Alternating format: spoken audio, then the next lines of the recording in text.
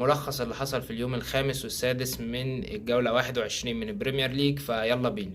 مبدئيا في أول اليوم الخامس شفنا ماتش تعادل ما بين ويست هام وشيفيلد يونايتد 2-2، وكل واحد بيمسي على الناس كده بطرد. للأسف اللي عنده كوفال فكوفال اتطرد، واللي عنده بوين يعني ما عملش حاجة. فللأسف الاتنين دول خذلونا جدا من الماتش ده.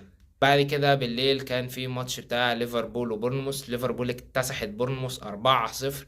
دياجو يوتا بيسجل وبيصنع وبيشارك في كذا هدف، وكمان داروين نونيز بيسجل هدف. فطبعا يوتا اللي جابه طلع بكمية نقط مش ممكن.